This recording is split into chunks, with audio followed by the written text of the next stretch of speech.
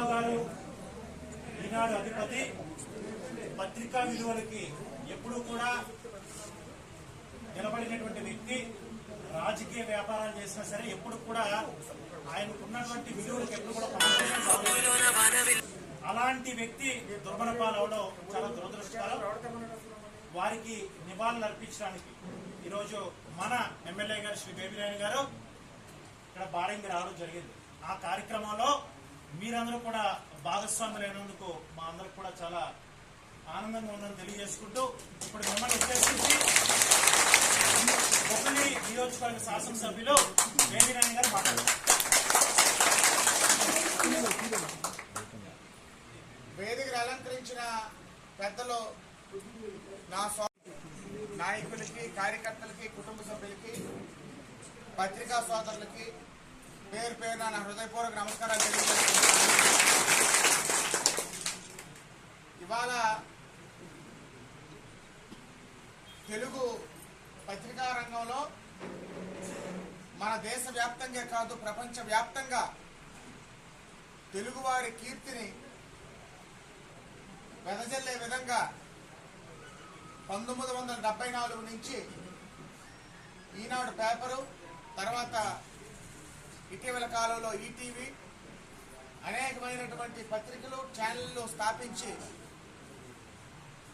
బొబ్బిలి మన రాష్ట్ర ప్రజల్ని, దేశ ప్రజల్ని, ప్రపంచవ్యాప్తంగా ప్రజల్ని తన అక్షరంతో, తన కలంతో చైతన్యపరిచినటువంటి రామోజీరావు గారు ఇవాళ మన మధ్య లేకపోవడం చాలా చాలా దురదృష్టం. ఎందుకంటే ఎవరు తప్పు చేసినా, వైసీపీ తప్పు చేసినా, తెలుగుదేశం తప్పు చేసినా, ఏ పార్టీ తప్పు చేసినా నిష్పక్షపాతంగా ఆ తప్పు ఎత్తి చూపించే నైజం. ఈ వైసీపీ వాళ్ళు విమర్శిస్తారు తెలుగుదేశం పత్రికని. మీరు చేసిన తప్పులు ఎత్తి చూపిస్తే తెలుగుదేశం పత్రిక అయిపోదు.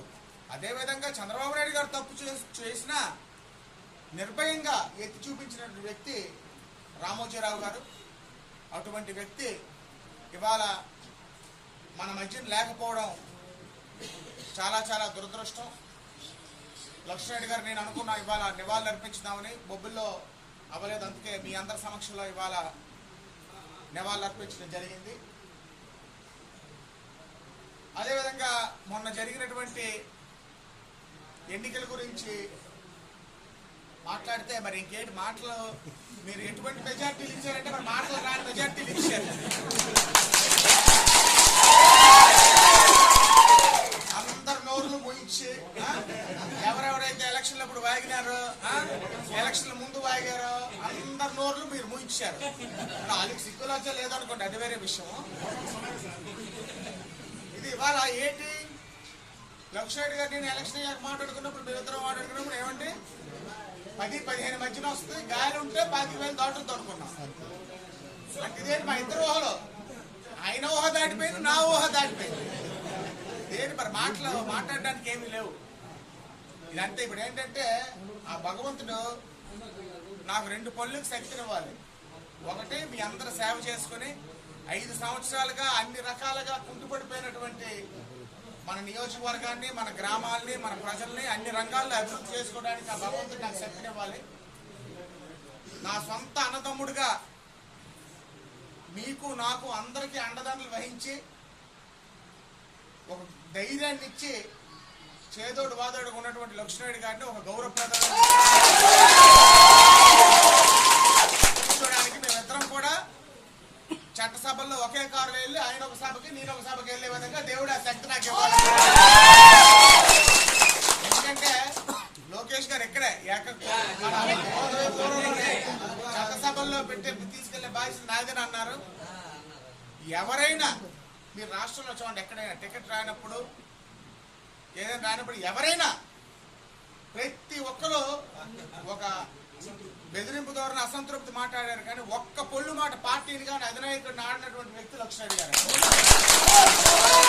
అటువంటి వ్యక్తికే ముందు పార్టీ గౌరవించాలని నేను మనస్ఫూర్తిగా అధినాయకత్వాన్ని, పార్టీని కోరుకుంటూ మీ అందరి దగ్గర సెలవు చేస్తాను.